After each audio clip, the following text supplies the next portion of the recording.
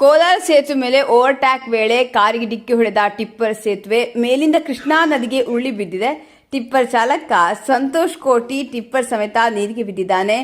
Cleaner Sanju ಅವರನ್ನು ರಕ್ಷಣೆ ಮಾಡಲಾಗಿದೆ. ಕಾರಿನಲ್ಲಿದ್ದ ಗುರುನಾಥ್ ಹಾಗೂ ಪತ್ನಿ ಹೆಣ್ಣು ಸಣ್ಣ ಪುಟ್ಟ ಗಾಯಗಳಾಗಿದ್ದು ಸ್ಥಳಕ್ಕೆ ಅಗ್ನಿಶಾಮಕ ದಳ ಹಾಗೂ ಪೊಲೀಸ್ ಸಿಬ್ಬಂದಿ ಭೇಟಿ ನೀಡಿ ರಕ್ಷಣಾ ಕಾರ್ಯಾಚರಣೆ ಮುಂದುವರಿಸಲಾಗಿದೆ. ಈ ಘಟನೆಯು ಬೀಳಗಿ ಪೊಲೀಸ್ ಠಾಣೆ ವ್ಯಾಪ್ತಿಯಲ್ಲಿ ನಡೆದಿದೆ. ಸುದ್ದಿಗಳಿಗಾಗಿ ಸಂಪರ್ಕಿಸಿ ವಿಶ್ವದೃಷ್ಟಿ ಕನ್ನಡ ನ್ಯೂಸ್ 24x7. ಎಲ್ಲರೂ ಮಾತಾಡ್ಕೋತ ಅಂದ್ರೆ ಹಂಗೆ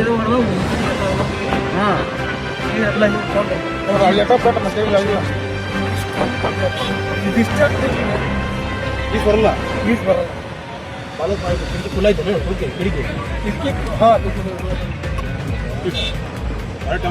ಮಗಲ್ ಅಕ್ಕಿ ಪಡಿ ಡ್ರೈವರ್ ಅದನ್ರಿ ಒಳಗೆ ಮಾಲಕ್ ಗಂಡಾರ